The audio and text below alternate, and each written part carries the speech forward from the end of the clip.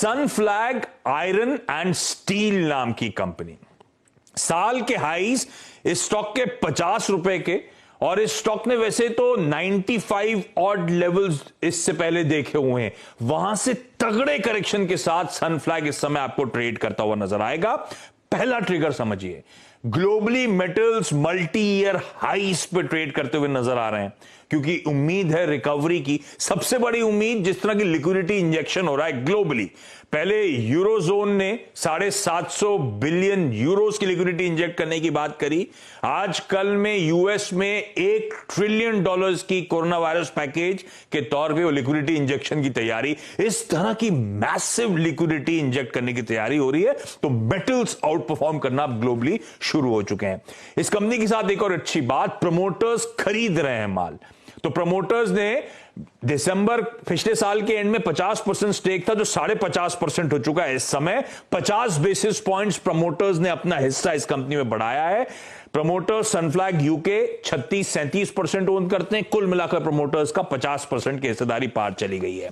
इस कंपनी की public share holding में जाइए, जापान की डाइडो कॉर्पोरेशन जो है वो 10% स्टेक ओन करती है। दरअसल एक टेक्निकल असिस्टेंस साथ साथ स्टेक होल्डर है जापान की डाइडो इस कंपनी के लिए। जब डाइडो को स्टेक दिया था प्रमोटर्स ने, तब उनकी होल्डिंग रिड्यूस होकर 49% पे आ गई थी, और उस स्टेक देने के बाद से लगातार प्रमोटर्स वापस अपनी हिस्सेदारी बढ़ा रहे हैं और अब 50% के पार अपनी हिस्सेदारी वापस लेकर आए हैं। डाइडो जो है जापान की लीडिंग एलॉय स्टील मैन्युफैक्चरर है, वहां पे लिस्टेड कंपनी है, और वो दिग्गज स्टेक कंपनी में 10% स्टेक रखती है।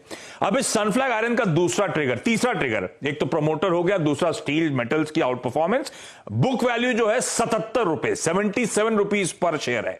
50% डिस्काउंट पे इस समय अपनी बुक वैल्यू के ये स्टॉक ट्रेड करता हुआ नजर आएगा।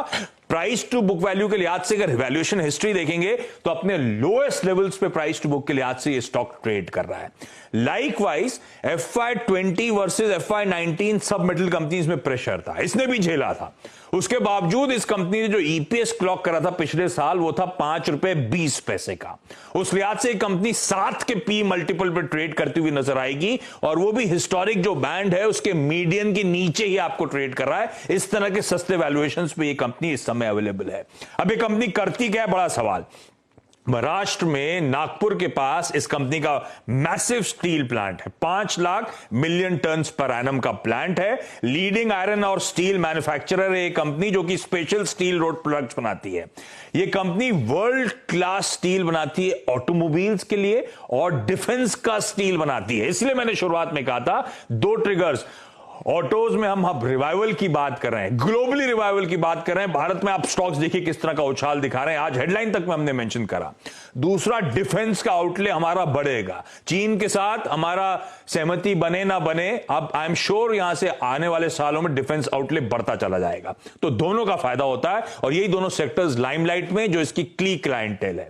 इसके अलावा यह कंपनी रेलवेज के लिए और साथ साथ ये कंपनी एग्रीकल्चर के लिए स्टील बनाती है, तो ट्रैक्टर्स वगैरह या एग्रीकल्चर इक्विपमेंट वगैरह, जिसके आजकल बड़ा चलन चल रहा है, रूरल डिमांड की हम बात कर रहे हैं। रेलवे तमाम तगड़े केपेक्स कर रही है, 30,000 करोड़ रुपए प्राइवेटाइजेशन ऑफ रेलवे ट्रेन के थ्रू ही आने वाला है। इस तरह का तगड़ा केपेक्स की तैयारी हो रही है, इसीलिए सनफ्लैग हर तरह से बड़े स्वीट स्पॉट पे आपको नजर आएगा। इस कंपनी की क्लाइंट लिस्ट में रेलवेज तो है ही, Indian railways, Lamborghini, JCB, Eicher, Hero, Hyundai, Tata, BHEL, Denso, Ford, ZF, Yamaha, लंबी लिस्ट है।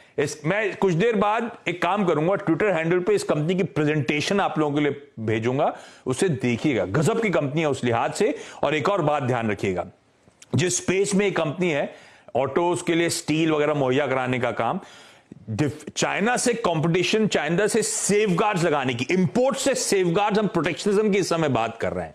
बहुत बड़ा फायदा होना है इस तरह की कंपनीज को, अगर इस तरह के सेफगार्ड्स हम अप्लाई करते हुए नजर आएंगे। तो कई सारे टेलविंड्स हैं। मेटल्स की आज चर्चा हो रही है कई दिनों से, ऑटोज की चर्चा हो रही है, तो मैंने कहा इस तरह का स्टॉक हाईलाइट करा जाए इससे पहले कि हाथ से निकल जाए, क्योंकि तगड़ी तेजी पिछले कुछ दिनों से स्टॉक पे बनना शुरू हुई है। लेकिन मुझे लगता है स्टॉक को रडार पे रखिएगा, गजब के पॉजिटिव अप मूव्स या ट्रैक्शन ये स्टॉक डिलीवर करेगा।